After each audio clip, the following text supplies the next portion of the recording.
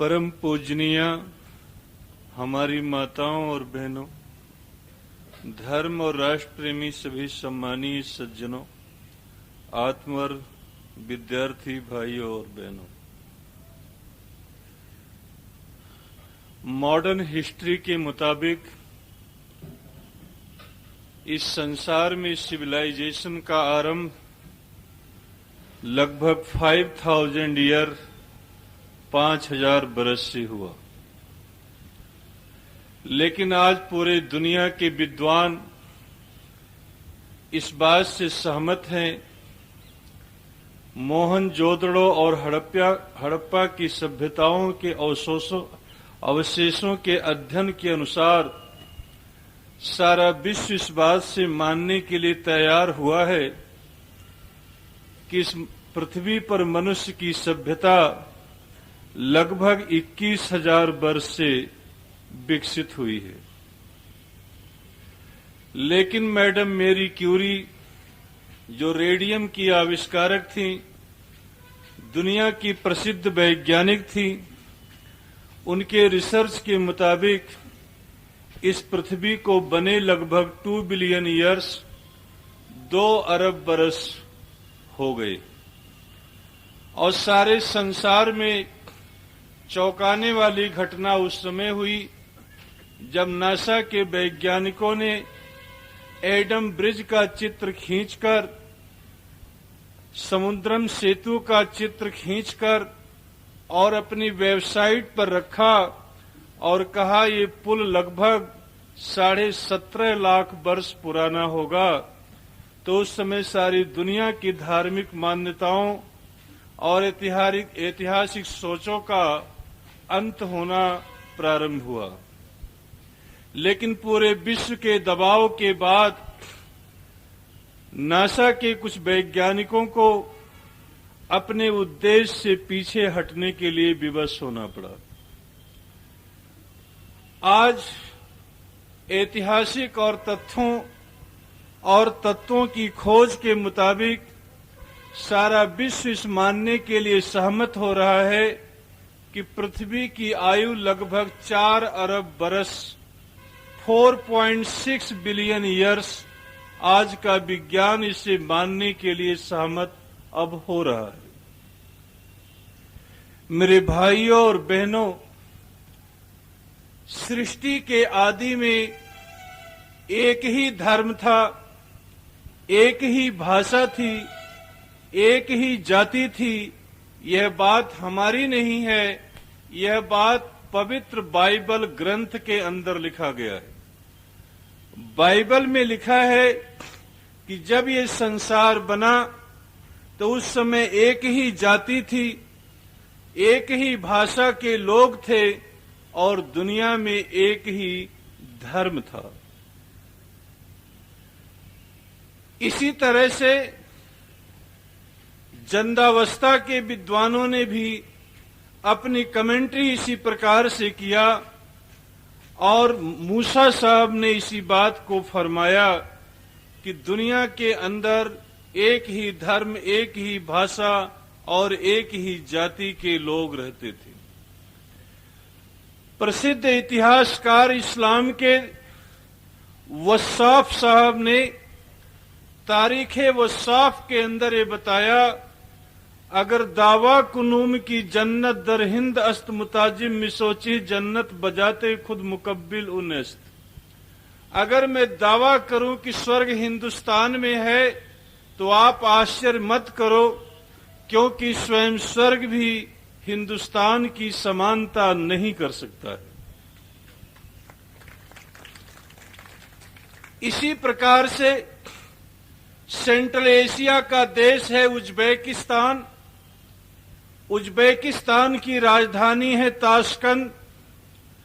Tashkent में जो सबसे बड़ा सरोवर है, उस सरोवर का नाम आज भी चारवाक सरोवर है, जबकि 98% उज्बेकिस्तान में इस्लामिक कंट्री के इस्लामिक लोग रहते हैं।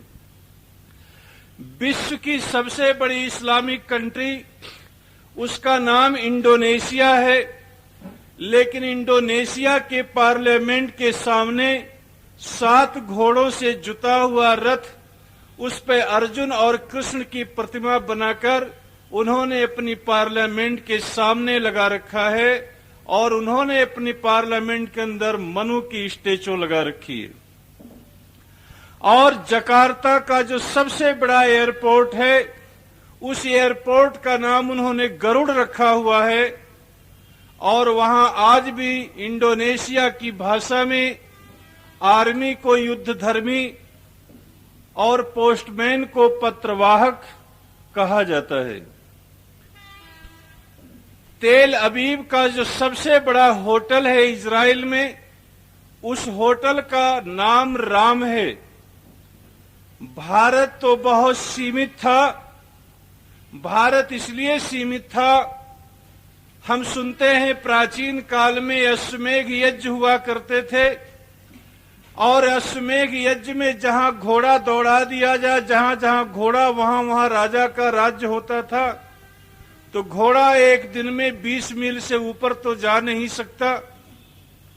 कितना भी बेचारा घोड़ा दौड़ ले, आज भी दौड़ा के देख लो, घोड़ा समुद्र तो लाग नहीं सकता। तो भारत बहुत सीमित था, लेकिन भारतीयता बड़ी असीमित थी और उसका बड़ा ज्यादा प्रचार था। लेकिन आज सारी दुनिया ये मानती है कि कोलंबो से लेकर काबुल कंधार तक और तिब्बत से लेकर के त्रिपुरा यंगून तक एक भारतीयता थी, एक संस्कृति थी और एक सभ्यता था और यहां ज्ञान और विज्ञान की अनुपम व्यवस्थाएं थी। आज सारा विश्व इस बात से सहमत है कि दुनिया में सबसे पहले मेडिकल साइंस का आविष्कार भारत ने किया। नाक बनाना और नाक की सर्जरी करना, ये प्रोफेसर बेवर ने अपने ग्रंथ में साफ रूप से लिखा हुआ है। हिस्टोरिकल रिसर्च के सेकंड वॉल्यूम के 368 नंबर पेज के अंदर एलिफिस्टन ने इस बात को स्वीकार किया है कि दुनिया में सबसे पहले मिसाइल का प्रयोग और टेक्नोलॉजी का प्रयोग भारत ने किया और मिसाइल का प्रयोग भारत की धरती से टीपू सुल्तान ने किया और उस टूटी हुई मिसाइल आज भी लंदन के म्यूजियम में रखी हुई है और उसी टूटी हुई मिसाइल से पूरा दुनिया में मिसाइल वेपन्स तैयार किए गए। अर्थात हमारा ज्ञान विज्ञान इतना विस्तृत था, जो चैम्बर ऑफ विश्वकोश ने बताया, India is the epitome of the whole world. Bharat समझ संसार का निचोड़ है। यहां की आर्थिक व्यवस्था, यहां की ज्ञान की ताकत, यहां की सांस्कृतिक विरासत पूरे दुनिया में प्रभाव डालती थी। लेकिन इस सभ्यता को मिटाने के लिए, इसको बर्बाद करने के लिए भारत देश पर 11 बार अलग अलग आक्रमण हुए। पहला आक्रमण 400 बीसी जो पारसी लोगों ने किया और पारसी लोगों ने सोचा कि हम हिंदुस्तान की सभ्यता को नष्ट कर देंगे और वहां पर अपना रूल अधिकार जमाएंगे। लेकिन पारसी लोग दुनिया से खत्म हो गए। वो ब्रह्मा से लेकर के जैमिनी पर्यंत तक की सभ्यताओं को नष्ट नहीं कर पाए। दूसरा आक्रमण इस देश पर 327 बीसी ईसा के 327 वर्ष पूर्व the great of Greece Alexander ने किया और अलेक्जेंडर का सपना था कि हम भारत पर रूल करेंगे, राज करेंगे, लेकिन उनके भी हसीन सपने कामयाब नहीं हुए। इस देश को, इस संस्कृति को मिटाने के लिए तीसरा आक्रमण 100 बीसी कुषाण लोगों ने किया, द किंग ऑफ कनिष्का ने किया, लेकिन जिसको यूची लोग कहते हैं, लेकिन वो यूची और कुषाण लोग भी दुनिया से आज मिट गए। लेकिन भारत अपनी सभ्यता और संस्कृति के साथ दुनिया के सामने सर उठाए खड़ा है। इस देश पर चौथा आक्रमण 79 ईस्वी में किया गया, जो दुनिया की अपने जमाने की मार्शल कौम शक थी, और शक लोग इस देश को बर्बाद करने के लिए आए, लेकिन शक भी इस दुनिया को बर्बाद नहीं कर पाए, वो दुनिया से खुद मिट गए। इस देश संस्कृति पर पांचवां आक्रमण 535 ईस्वी में किया गया, जो हूण लोग आए, और हूण लोग भी इस देश को, इस संस्कृति को नष्ट नहीं कर पाए, वह दुनिया से मिट गए। आज हूणों का नामो निशान पूरे धरती पर कहीं नहीं मिलता है। छठवां आक्रमण इस संस्कृति को खत्म करने के लिए 650 ईस्वी में अरब लोग आए, 632 ईस्वी में इस्लाम धर्म की स्थापना हुई, और 629 ईस्वी में सबसे पहले मस्जिद का निर्माण भारत के केरला राज्य में हुआ। जब पैगंबर साहब मक्के में नहीं आए थे, मदीने में थे, वहां जाकर के एक नंबूदरीपाद के व्यक्ति ने मदीने में मुलाकात किया, और इस्लाम धर्म की 632 में बनने से पहले उनकी आइडियोलॉजी का मस्जिद केरला में बनाया। यह लिबर्टी, यह उदारता यहां के लोगों ने दर्शाया। लेकिन इस्लाम धर्म की स्थापना के 18 वर्ष बाद 650 ईस्वी में उन लोगों ने इस सभ्यता को नष्ट करने के लिए आक्रमण किया, लेकिन वह आक्रमण कामयाब नहीं हुआ। 6 आक्रमण तक भारत के लोग सहन करते रहे, देश संस्कृति की रक्षा करते रहे, लेकिन 5 आक्रमण में हमारी बहुत घोर पराजय हुई। पहली पराजय हमारी 20 जून 712 को मोहम्मद बिन कासिम के सामने हुई, जो राजा सिंध के राजा दाहिर का कत्लेआम करके इस्लाम का परचम धरती पर सबसे पहले मोहम्मद बिन कासिम ने 20 जून 712 को फैलाया। दूसरा आक्रमण 1192 ईस्वी में मोहम्मद गौरी ने किया, जो जयचंद की गद्दारी के कारण अजय मेरू पर हमारी पराजय हुई, और पृथ्वीराज चौहान जैसे सम्राट को पराजय का मुख देखना पड़ा। तीसरी हार हमारी 1526 में हुई, जो बाबर ने किया, और वहां से मुगल साम्राज्य का उद्गम और उद्भव प्रारंभ हुआ। चौथी हार हमारी 1560 में हुई, जो पुर्तगाल लोगों ने अटैक किया, दीव दमन गोवा को अपने अधिकार में लेकर भारत को पराधीनता की बेड़ियों में डालने की कोशिश की। और 5वां हार हमारी 1608 ईस्वी में हुई, जो the first britisher of foot in India, the first britisher foot in India Thomas raw, पहला अंग्रेज थॉमस रॉ, जिसने डिप्लोमेट था क्वीन एलिजाबेथ द्वितीय का, उसने भारत की धरती पर कदम रखा, और वहां से अंग्रेजी हुकूमत का प्रारंभ शुरू हो गया। 1608 के बाद ये देश की इतनी हालत खराब होने लगी, इस संस्कृति का इतना विनाश होने लगा कि 1745 में अफगानिस्तान हमसे अलग हो गया, 1815 में नेपाल हमसे अलग हो गया, भूटान और मालदीव को हमसे अलग कर दिया गया, 1911 में श्रीलंका और 1935 में बर्मा को भी अलग कर दिया गया। आगे चलकर 1947 में पाकिस्तान बना दिया गया।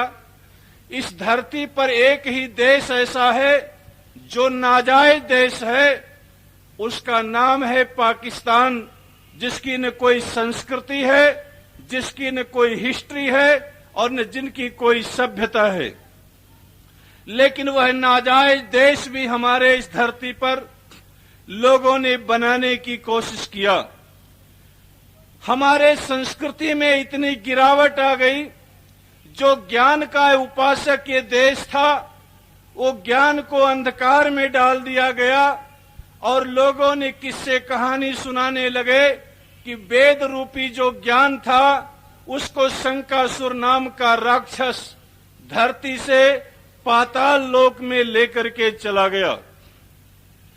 जिस देश में मनु जी महाराज ने प्रतिष्ठित किया था यत्र नार्यस्त पूज्यन्ते रमन्ते तत्र देवता, वहां नारी जाति को दोयम दर्जे की उपाधि इस देश के लोगों ने देना शुरू किया और अपने आप से प्रश्न किया, किम विश्वास पात्रम नास्ति, विश्वास करने योग्य कौन सी ऐसी प्राणी नहीं है? तो उत्तर में लिखा गया, नारी। नारी ऐसी है जो विश्वास करने के योग्य नहीं है। इस देश की आधे से ज्यादा आबादी लोगों ने शूद्र की कोटि में डाल दिया। जिस यजुर्वेद के 30वें अध्याय के 5वें मंत्र में कहा गया, तप से शूद्रम, तप के लिए शूद्र होता है, और इसी की व्याख्या करते हुए शतपथ ब्राह्मण में बताया गया, शूद्रो वही तप है, शूद्र ही तपस्वी होता है। उसको लोगों ने अनटचेबिलिटी, छुआछूत का शिकार बना दिया और कहा कि अगर ये लोग वेद का आवाज मुख से बोलें और कान से सुनें तो इनके कान में शीशे गलवा के डलवा दो और जीभ को कटवा दिया करो, ये लोग वेद न सुन सकें और न पढ़ सकें। इस देश की जहां इतनी इकोनॉमिक व्यवस्था थी, जहां दुनिया के अंदर भारत का जलवा था, आज सारे विश्व की करेंसी जो dollar, pound, mark, RMB, rouble, सारे दिनार, दिरहम चलती हैं, उससे व्यवस्थित करेंसी हमारे देश की गोल्ड की मोहरें हुआ करती थी। आज 1 तोला गोल्ड 27-28 हजार के बराबर है, जो दुनिया के किसी देश की करेंसी आज इस मुकाबले नहीं है। लेकिन इतना धनी देश को हमने निर्धन बना दिया। नमक और लकड़ी पर हमने कर लगाना इस देश के लोगों ने शुरू कर दिया और इस देश को मिटाने को, बर्बाद करने की कोई ऐसी कसर दुनिया के लोगों ने नहीं छोड़ी। ऐसी अराजकता के स्थिति में जहां इस देश में विद्या का बोलबाला था, वहां अशिक्षा और अंधकार ने साम्राज्य ले लिया और हमारे शास्त्रों में मिलावट करने के लिए सायण और महीधर जैसे लोगों ने 500-500 पंडितों को भाड़े पर रखा। उसको क्या कहते हैं हिंदी में? किराए का टट्टू कहते हैं गांव में। किराए का टट्टू रखा और कहा, तुम शतपथ ब्राह्मण का भाष्य करो, गोपथ ब्राह्मण का भाष्य करो, जो भी कुछ करो, नाम सायण और महीधर का तुम रख दो। उसी तरह से हमारे देश में एक संप्रदाय चलाने वाले लोग 32,000 पुस्तक लिख दिए और एक गुरुजी के नाम लिख दिया। इस प्रकार की व्यवस्थाएं, अराजकताएं फैल रही थी। इंसानियत का दुश्मन था। रोज नए नए भगवान पैदा होते थे। लेकिन ऐसी अराजकता की परिस्थिति में 1824 की साल फरवरी में धरती पर एक महापुरुष ने जन्म लिया, जिनका नाम था महर्षि दयानंद सरस्वती। वो महापुरुष ने ऐसी घोर अंधकार और ऐसी अराजकता के समय में जन्म लिया, जहां चारों तरफ, हर तरफ काजल की कोठरी थी और अंधकार और अराजकता का जय जयकार हो रहा था। महर्षि दयानंद से पहले इस देश में भगवान के नाम पर शैतान भगवान बनते थे और यहां कहा जाता था ब्रह्म वाक्यम जनार्दनम। जो गुरु जी ने बोल दिया वो भगवान ने बोल दिया। भगवान के जगह पर गुरु जी बैठ गए थे और ईश्वर की जगह पर मंदिरों में मिट्टी के खिलौने बैठ गए थे। ऐसी हालात में ये देश की सारी तस्वीर थी, जो कोई ये सोच नहीं सकता था कि भारत फिर कभी प्राचीन गौरव, संस्कृति और सभ्यता की तरफ उठ पाएगा। लेकिन धन्य है वो देव दयानंद जिसने उसकी आत्मा में कुदरत की प्रकाश हुई, जिन्होंने अपनी शिक्षा और दीक्षा के और त्याग और तप के बल पर हमें एक दुनिया में नई रोशनी दी। उन्होंने सबसे पहले देव दयानंद इस धरती पर आए और उन्होंने हमें समझाया, कहा ज्ञान अगर दुश्मन के पास है तो वहां भी जाकर के सीखने की कोशिश करो, क्योंकि ज्ञान के बिना हमारी मुक्ति नहीं हो सकती। उन्होंने महर्षि कपिल का वो सूत्र सुनाया, ज्ञानात मुक्ति, ज्ञान से मुक्ति होती है। और सबसे पहले उन्होंने अपने व्यक्ति पंडित श्याम जी कृष्ण वर्मा को लंदन के ऑक्सफोर्ड यूनिवर्सिटी में प्रोफेसर बनने के लिए भेजा और अपने लोगों को सूचित किया, जर्मन से वेद मंगाने की, वहां की संहिता मंगाने की उन्होंने प्रयास किया। जर्मन की लाइब्रेरी में 30,000 संस्कृत की पुस्तकें रखी गई थी। जो पाताल लोक में वेद चले गए थे, उस पाताल लोक से धरती पर वेद की संहिता अगर देने का किसी ने काम किया तो उनका नाम था महर्षि दयानंद सरस्वती। शंकराचार्य इस धरती पर आए, उन्होंने वेद का कोई काम नहीं किया। वेदांत दर्शन के भाष्य में यहां तक उन्होंने लिखा कि अगर कोई शूद्र वेद सुन ले तो कान में शीशे गर्म करके डलवा दो, और अगर वो बोल दे तो उसका जीवा कटवा दो। लेकिन धन्य है वो देव दयानंद धरती पर आए, यजुर्वेद के 26वें अध्याय का दूसरा मंत्र पूरे मानव जाति को सुनाया, यथे माम वाचम कल्याणी मावदानी जनेभ्य ब्रह्मराजन्याभ्याम शूद्राय च चारणाय च स्वाय च।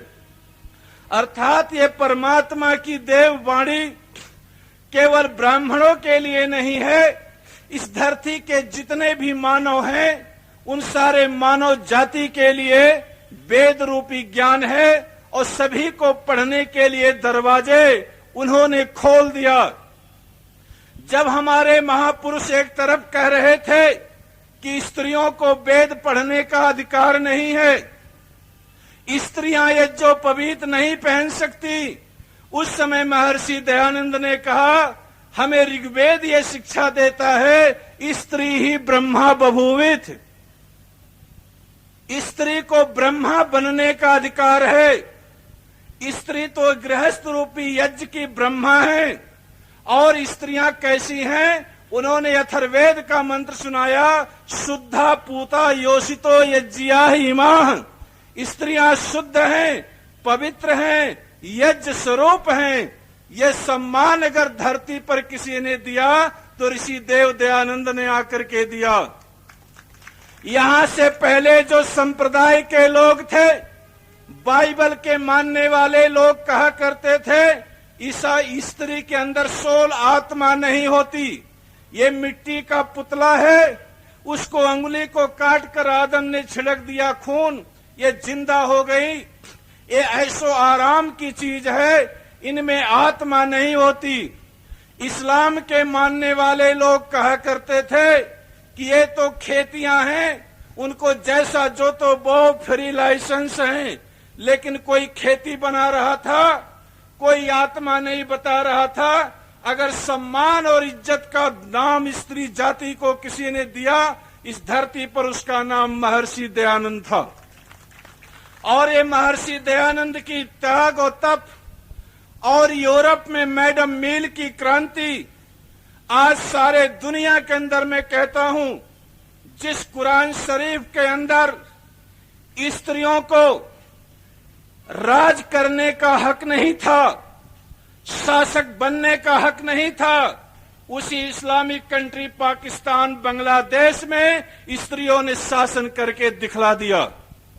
जिस महात्मा बुद्ध के राज्य में स्त्रियों को बिहार मठों में ठहरने की आजादी नहीं थी, उस महात्मा बुद्ध के राज्य शासक श्रीलंका के अंदर राष्ट्रपति और प्रधानमंत्री अगर दोनों बने तो उसका देन महर्षि दयानंद की वो क्रांति थी। दुनिया में कोई सोच ऐसी नहीं थी। आज जो शूद्र की बात इस देश के अंदर की जाती है, हम लोग तो बहुत पहले सोच लिए, लेकिन 712 ईस्वी में अमेरिका आजाद हुआ। 1736 में उन्होंने अपना कॉन्स्टिट्यूशन लिखा। 50 स्टेट अमेरिका के लोगों ने बनाया, लेकिन आज से 60 बरस पहले तक अमेरिका में ब्लैक पीपल का आइडेंटिफिकेशन नहीं होता था, उनकी कोई पहचान नहीं होती थी। लेकिन वो दुनिया के सिविलाइजेशन लाने वाले लोग से पहले इस धरती पर देव दयानंद ने हमें समझाया कि मनुष्य मनुष्य में कोई फर्क नहीं होता है, हर इंसान ईश्वर का बनाया होता है। जन्म से सभी शूद्र होते हैं और कर्म और योग्यता से सभी ब्राह्मण और विद्वान होते हैं। ये नारा हमें धरती पर अगर किसी ने दिया, वो महर्षि दयानंद ने दिया। मेरे भाई और बहनों, 1945 की सेकेंड वर्ल्ड वॉर के बाद दुनिया के लोगों ने ये सोचा कि हमें ह्यूमन राइट कमीशन बनानी चाहिए, मानव का अधिकार बनाना चाहिए, मानवाधिकार दुनिया में लाना चाहिए। लेकिन मानवाधिकार जब सारे दुनिया में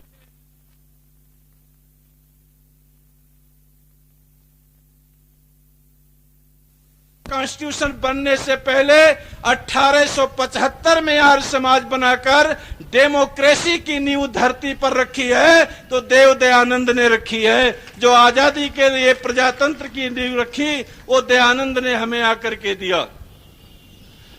सारी दुनिया की जो डेमोक्रेसी, आज दुनिया के लोग कहते हैं यूरोप के लोगों ने डेमोक्रेसी ग्रीक से सीखी, लेकिन ग्रीक के लोग ये कहते हैं हमने डेमोक्रेसी का सिस्टम इंडिया के पंचायती रूल से सीखा। और पंचायती रूल का जो सबसे बड़ा गठन यहाँ का संघ व्यवस्था था, वो ऋषि देव दयानंद के अंदर था, और उन्होंने ये वेदों के आधार पर इसकी व्याख्या किया।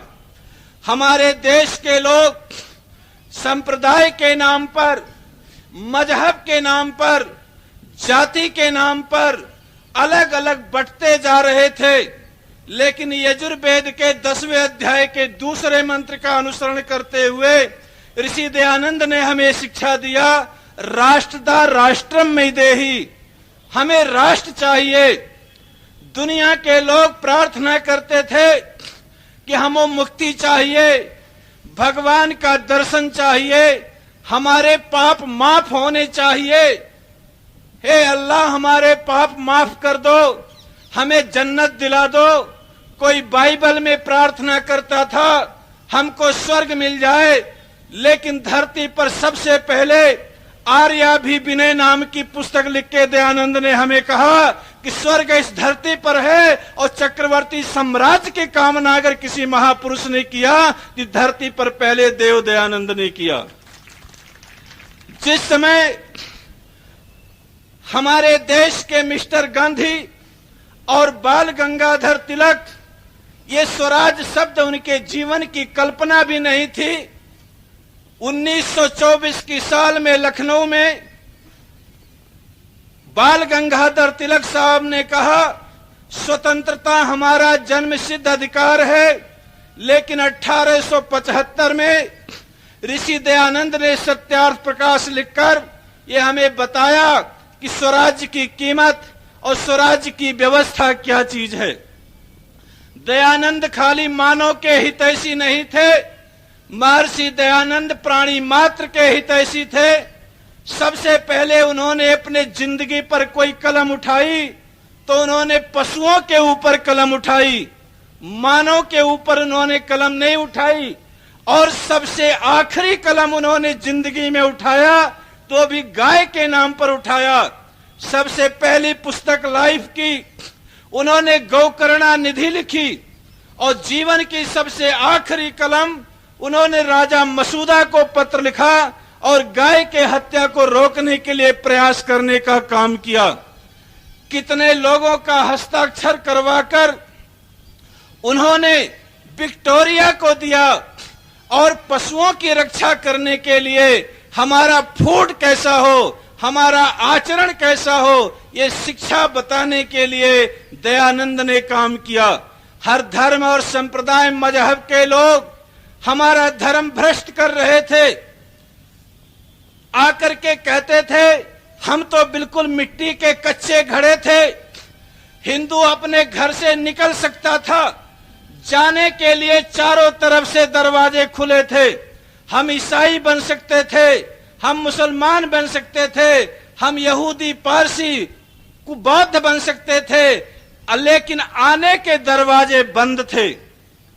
जाने के लिए चारों तरफ से दरवाजे खुले थे, आने के लिए दरवाजे बंद थे। इस हिंदू जाति में आने के लिए दरवाजा अगर कोई धर्माचार्य ने खोला तो उसका नाम दयानंद था, कोई शंकराचार्य, कोई मठाधीश ने नहीं खोला था। उन्होंने वेदों का हवाला देकर, उपनिषदों का हवाला देकर, शास्त्रों का हवाला देकर हमें ये समझाया था कि हम शुद्ध हो सकते हैं, पवित्र हो सकते हैं, और हम अच्छे श्रेष्ठ काम को कर सकते हैं, और अच्छा इंसानियत का परिचय हम दे सकते हैं। हमारे जीवन को एकदम बिल्कुल अलग करने के सब तरीके दुनिया के लोगों ने अपनाया था। हर तरफ से हमारे ऊपर आक्रमण हो रहे थे।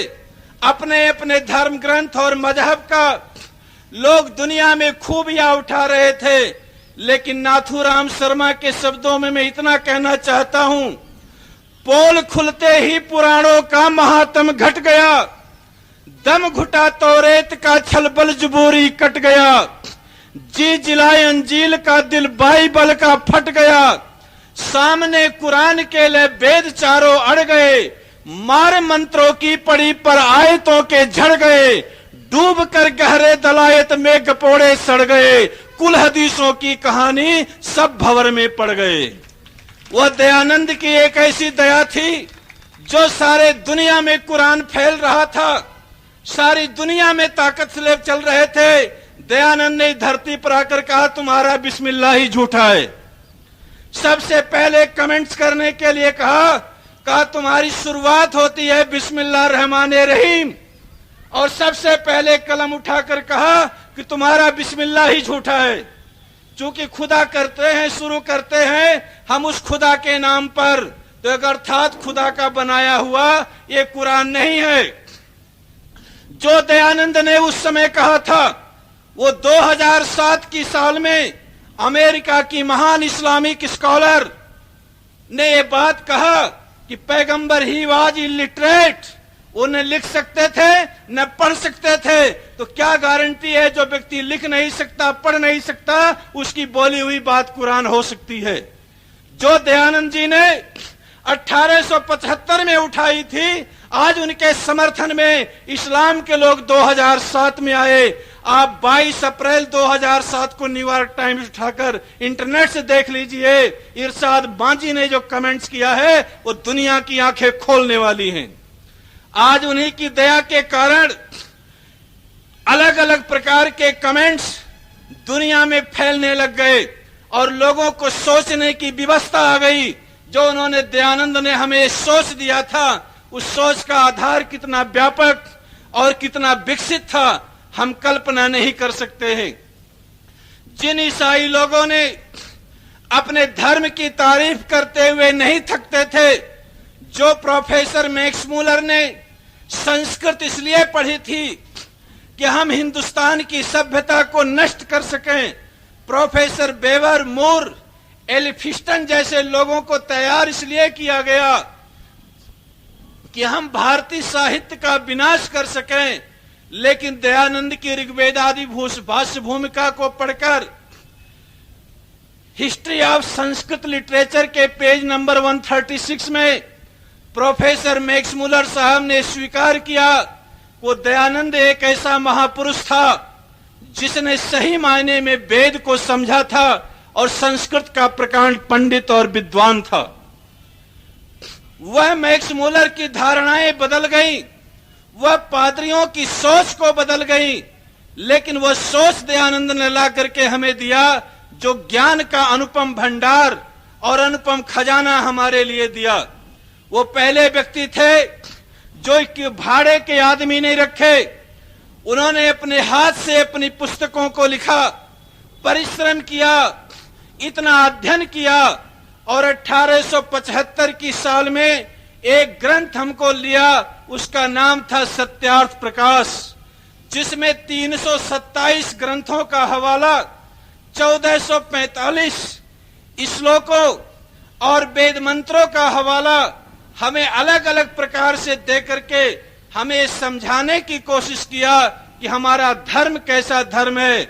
महर्षि दयानंद ने मानव जीवन के निर्माण के लिए एक लिखा निधि और दूसरा लिखा विधि।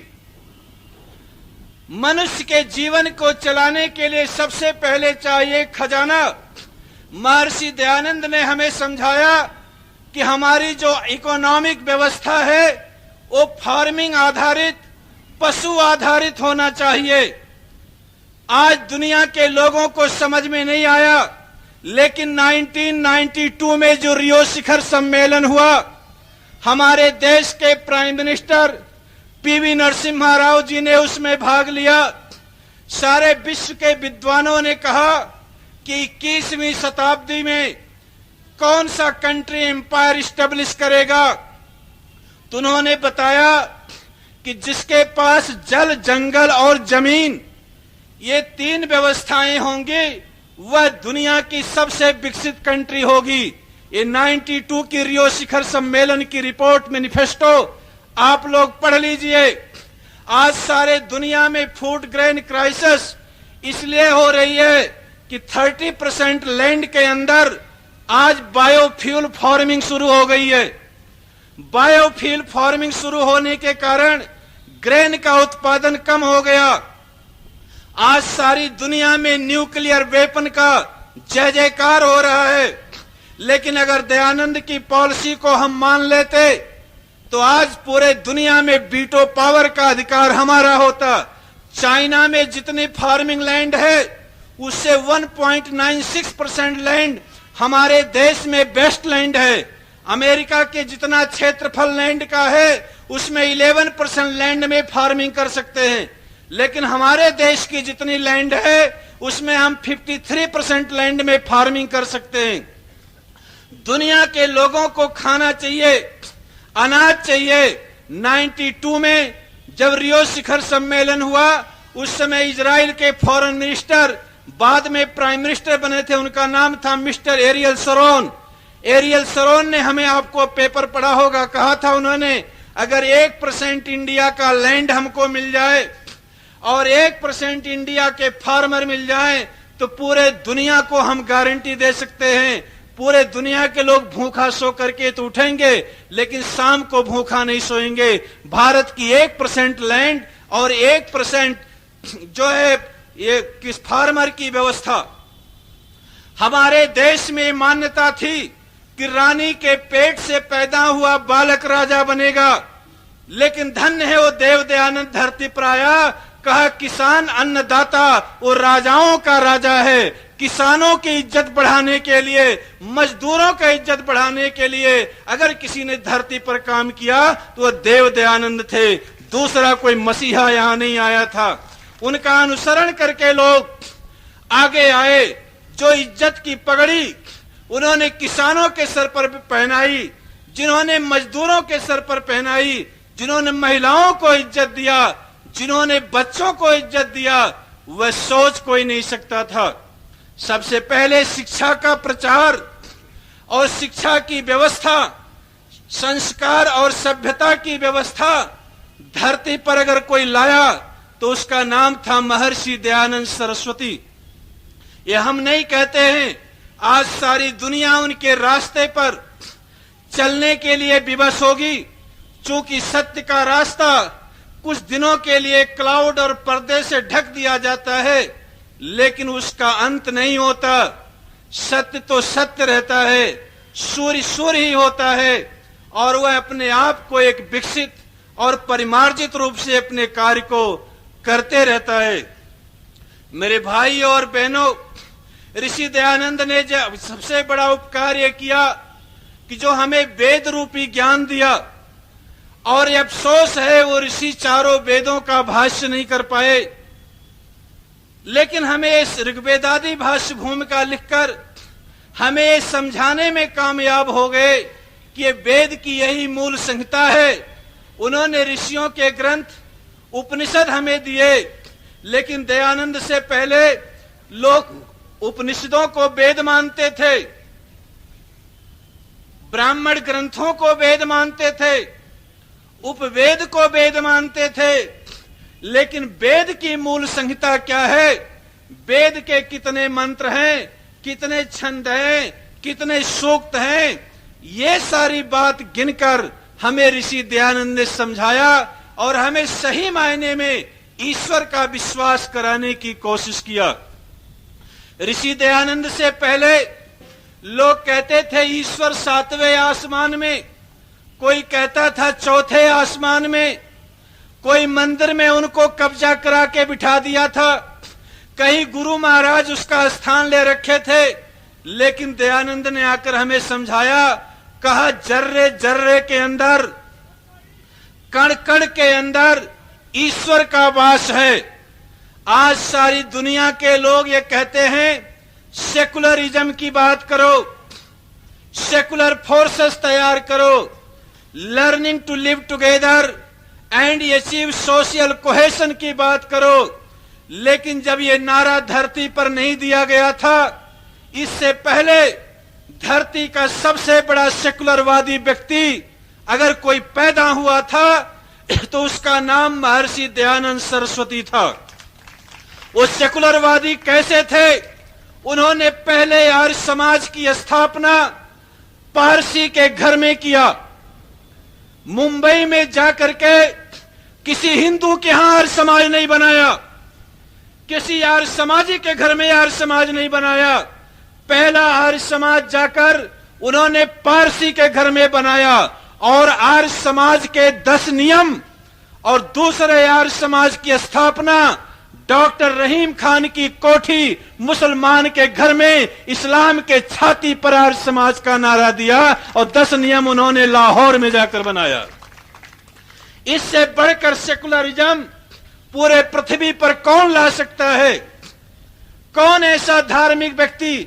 हमने नहीं सुना आज तक किसी शंकराचार्य ने जाकर मस्जिद में स्पीच दिया हो। हमने नहीं सुना किसी शंकराचार्य ने किसी मुसलमान के घर में बैठकर अपने धर्म का प्रचार किया हो। लेकिन आज समाज के दीवाने, आज जो जामा मस्जिद जिसे कहा जाता है, जो आज के मौलाना साहब हैं, इनके वालिद साहब ने 1917 की साल में स्वामी श्रद्धानंद को बुला करके जामा मस्जिद पर हिंदू मुस्लिम एकता के लिए स्पीच दिलाया था। उस सेकुलर का पाठ दयानंद ने दुनिया को पढ़ाया। हमें किसी से सीखने की जरूरत नहीं है। वो सेकुलरिज्म की बात के साथ साथ हमें इंसानियत का पाठ पढ़ाया, डेमोक्रेटिक व्यवस्था लेकर आए और इसके साथ जाकर के एडमिनिस्ट्रेटर और प्रशासनिक रूल की बात लेकर आए। आर्य समाज का वो सिद्धांत उन्होंने हमें दिया जो यूनिवर्सल डिवाइन लॉ थे, जो अर्थात वो ईश्वरी कानून है। वो 10 नियम के अंदर अगर हम तीसरा नियम निकाल दें तो अमेरिका का संविधान कॉन्स्टिट्यूशन पढ़ के देख लीजिए, 9 के 9 नियम उनके संविधान में मिलते हैं। अर्थात इंसानियत का रूल है। स्वामी दयानंद इतने बड़े वेद भक्त थे, उस जमाने के प्रसिद्ध इस्लामिक स्कॉलर, और जिनके प्रयास से अलीगढ़ यूनिवर्सिटी मुस्लिम यूनिवर्सिटी बनी। सर सैयद अहमद खां स्वामी दयानंद का सत्संग किया करते थे। सर सैयद अहमद खां ने कहा, स्वामी जी आपकी सारी बात सही है, सब बात हमें स्वीकार है, लेकिन एक थोड़ा सा संशोधन कर लीजिए। उन्होंने कहा क्या संशोधन होना चाहिए? उन्होंने कहा आपके आर्य समाज का तीसरा नियम है, वेद सब सत्य विद्याओं का पुस्तक है, वहां पर एक शब्द जोड़ दीजिए कि वेद भी सब सत्य विद्याओं का पुस्तक है। चूंकि भी शब्द आ जाने से कुरान, बाइबल, जंदावस्था, अदर ग्रंथ को पैरेलल उसके लिए स्थान मिल सकता है। तो दयानंद ऋषि ने कितने बड़े थे, आज की तरह पॉलिटिशियन सेकुलरवादी नहीं थे। उन्होंने कहा सर सैयद अहमद खां, वेद ही सब सत्य विद्याओं का पुस्तक है, ही तो जुड़ सकता है लेकिन भी नहीं जुड़ सकता। ये इतना डिटर्मिनेशन, इतनी प्रकार की सोच हमने किसी भी महापुरुष के अंदर आज तक नहीं देखा। अगर जीवन को हम उनके देखें तो इतने बड़े त्याग, जो पूरे परिवार को छोड़ दिया, सारी जीवन के सुख सुविधाओं को छोड़ दिया, कंदराओं गुफाओं में जाकर तप किया, ज्ञान पाने के लिए अलग अलग जाकर के कोशिशें किया और धर्म की सच्चा रास्ता बताया कि हमें सच्चे ईश्वर का परिचय कराया। इतना उनके जीवन को पढ़कर देखिए। उनके जीवन चरित्र को लिखने वाले देवेंद्र नाथ मुखोपाध्याय जी ने उसकी भूमिका में लिखा है। और वो क्या लिखा है कि लोग जाते हैं गंगा की यात्रा करने के लिए और सुनते हैं गंगा की यात्रा करके वो पवित्र हो जाते हैं, लेकिन हमने दयानंद रूपी गंगा की यात्रा की है, जो गंगा टंकारा से निकलकर अजमेर में जाकर ये अपनी यात्रा समाप्त करती है। देवेंद्र नाथ मुखोपाध्याय कोई आर्य समाजी नहीं थे, कोई दयानंद के शिष्य नहीं थे, कोई ब्लाइंड फेथ रखने वाले नहीं थे, लेकिन उन्होंने जाकर के जहां जहां ऋषि गए वो यात्रा की है, वो काबिले तारीफ है। मेरे भाइयों और बहनों, मैं आपको इतना ही बताना चाहता हूं कि ऋषि दयानंद के जो उपकार हैं नारी जाति पर, दलित समुदाय पर, पशु प्राणी पर, इंसानियत पर, राष्ट्रीयता पर, मानवता पर, बच्चों पर, शिक्षा पर, वैश्विक समुदाय पर, फॉरेन पॉलिसी पर, डिफेंस पॉलिसी पर, इकोनॉमिक पॉलिसी पर, जो हर क्षेत्र में हम टच करते हैं वो कोई सोच नहीं सकते आप लोग। ऋषि दयानंद एक पहले इंसान थे जिन्होंने मेडिकल साइंस, वेपन्स, हर चीज को बनाने की हिमायती थे, जो अपने आप में एक परिश्रमशील और उद्भवशील सज्जन थे। महर्षि दयानंद के अनुयायियों ने जो जो काम किया है आप सोच भी नहीं सकते। क्रांतिकारियों के भीषम पितामह माने जाने वाले श्याम जी कृष्ण वर्मा थे, और श्याम जी कृष्ण वर्मा सबसे पहले लंदन में जाकर होम रूल सोसाइटी के साथ इंडिया हाउस की स्थापना 1905 में किया और उन्होंने फेलोशिप तैयार किया। सरदार सिंह राणा और भी लोगों ने जो उस पर पुरस्कार देते थे, उससे सावरकर, मदनलाल ढींगरा और जैसे नौजवान जाकर के उसमें तैयार होते रहे। आर्य समाज का वो देन था। सरदार भगत सिंह के पिता इसी पंजाब राज्य के थे। सरदार किशन सिंह 42 बार जेल गए थे।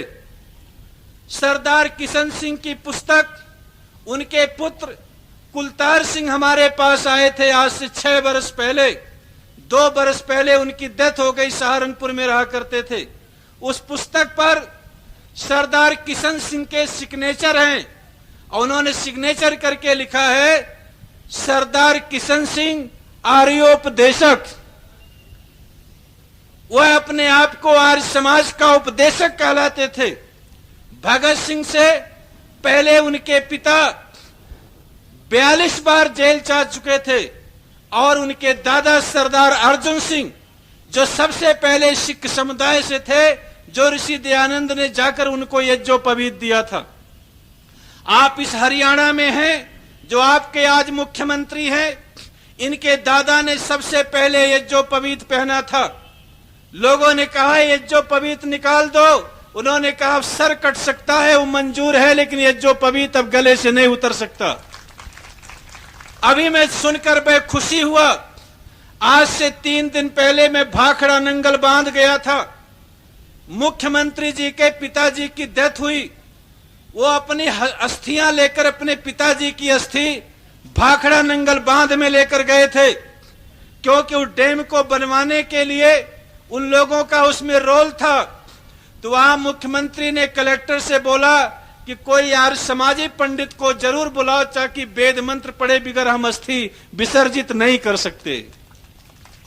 यह प्रभाव भले ही लोग किसी क्षेत्र में चले जाए, किसी भी रूप में चले जाएं, लेकिन आज भी वो संस्कार, वो जेनेटिक रूल आज भी लोगों के जीन्स में है, आज भी लोगों की सोच में है, और आज भी लोगों की समझ में है। हमारे देश के अंदर इतने ऐसे लोग, इस आर्य समाज ने, दयानंद ने क्या किया, आज भारत देश इस बात से संपूर्ण सहमत है कि भारत देश की आजादी मूवमेंट में समाज सुधारक महात्मा गांधी का नाम सबसे ऊपर है। लेकिन इसी महात्मा गांधी का लड़का हीरालाल गांधी जिस समय अब्दुल्ला गांधी बन गया था, तो कस्तूरबा गांधी ने एक लेख लिख करके अपील किया कि हम भारत के सभी समाज सुधारकों से अपील करते हैं कि मेरे बेटे हीरालाल गांधी को कोई वापस ला कर दे दे, और हमें अपना खोया हुआ बेटा हमें वापस मिल जाए। महात्मा गांधी कहते हैं कि लोगों की मनोभावना को बदलते थे, प्रेम और सेवा से जीतते थे, लेकिन मिस्टर हीरालाल गांधी को अब्दुल्ला गांधी से बनने से रोक नहीं पाए थे।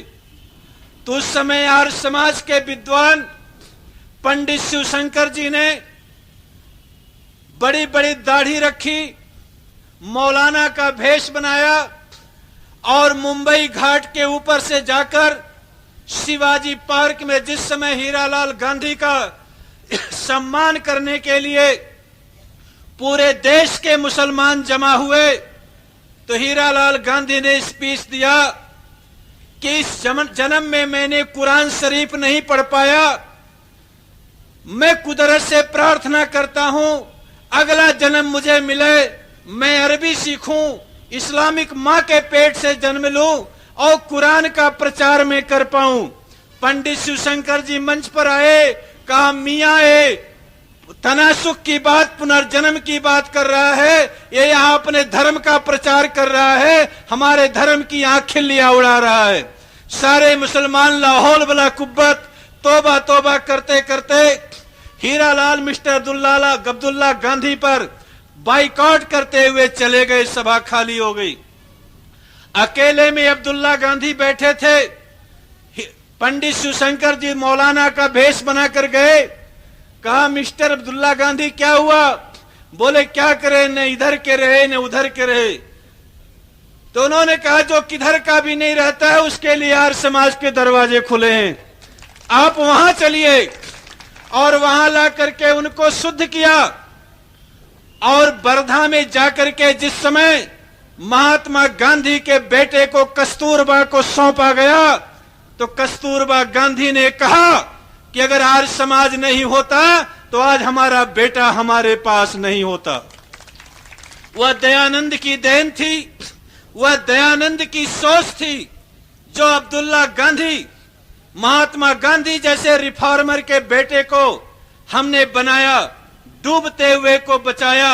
वह देव दयानंद कैसे थे? मेरे भाइयों में अंत में प्रधान जी का समय पूरा है, मैं उसमें यही कहना चाहता हूं, विलियम दी साइलेंट ने डचों को आजाद किया। मैकोसिना डिवेलेरा आयरलैंड के विधाता थे। हंगरी में डकी और वाशिंगटन अमेरिका में, इटली के मेजनी गैरीवाल्डी ही त्राता थे। मिस्र में जगलूल और कमाल पाशा टर्की में, महात्मा सन्यास सेन चीन के निर्माता थे। लियो टोल्स्टॉय और लेनिन ने रूस का उद्धार किया। भारत में ऋषि दयानंद ही क्रांति के दाता थे।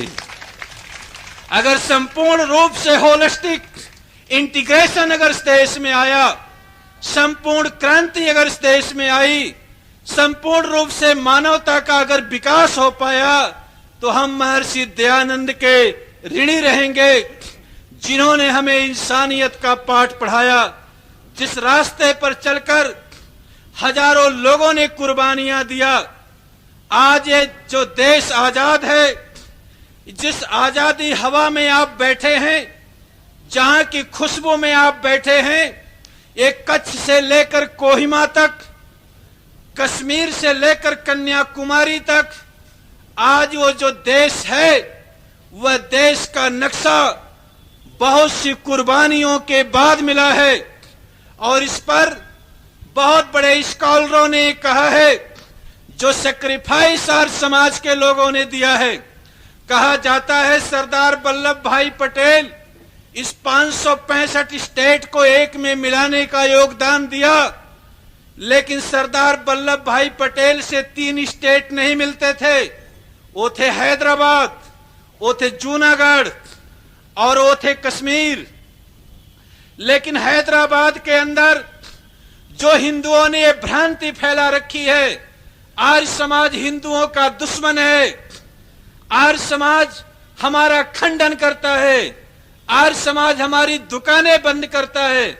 मेरे भाइयों, आर्य समाज ने आपकी दुकानें बंद करता, ने आपको अपमानित जीवन जीने के लिए विवश करता। अरे आर्य समाज ने तो हर तरफ से आपको सम्मान और इज्जत की पगड़ी पहनाई है। उदयानंद के दीवानों ने 1937 में जब हैदराबाद के नवाब उस्मान अली ने कहा कि हिंदू मंदिर में पूजा नहीं कर सकता, सिख गुरुद्वारे में नहीं जा सकता, ईसाई चर्च में नहीं जा सकता, केवल मुसलमान मस्जिद में प्रेयर कर सकता है। इस्लाम को छोड़कर सारे रिलीजियस रिचुअल प्रैक्टिसेस पर पाबंदी लगा दी गई। तो उस समय आर्य समाज ने मंदिर का पूजा नहीं करता था। कोई शंकराचार्य हिंदू धर्म का ठेकेदार मंदिर का ताला खुलवाने के लिए आगे नहीं आया। कोई राधे कृष्ण का जगराता कराने वाले पंडित हिंदुओं के मंदिर की रक्षा करने नहीं आया। अगर छाती पर कोई गोली खाई और जेल की रोटियां खाई तो आर्य समाज ने खाई और आपको बचाया। यद्यपि हमारा सिद्धांत तो नहीं था, लेकिन इस देश की अस्मिता और रक्षा के लिए आर्य समाज ने जाकर निजाम की जेलों में रहा और नवाब के छाती पर, नवाब की गाड़ी पर आर्य समाजी पंडित नरेंद्र जी ने बम फेंका। और जब सरदार पटेल हैदराबाद में पहुंचे तो सबसे पहले नवाब की जेल में गए और पंडित नरेंद्र को गले से लगाया। कहा आपने बम चलाया है, हमने गोली चलाई है, हम दोनों भाई भाई होते हैं और भाई का स्थान जेल में नहीं, भाई का स्थान लोगों के हृदय में होता है। वह पटेल ने कहा था आर्य समाज की ताकत है जो हम आज हैदराबाद पे कब्जा किए हैं, और आर्य समाज का जो मूवमेंट है उसे हमें देश की स्वाधीनता मिली है। वह देव दयानंद किसी के दुश्मन नहीं थे, किसी के विरोधी नहीं थे, किसी को अपमानित करने का उनका इरादा नहीं था। देव दयानंद तो इंसानियत के पुजारी थे, मानवता के पुजारी थे, सबको सम्मान और इज्जत की पगड़ी पहनाने के लिए आए थे। इति ओम शांति। आभार, अभिनंदन। जो बोले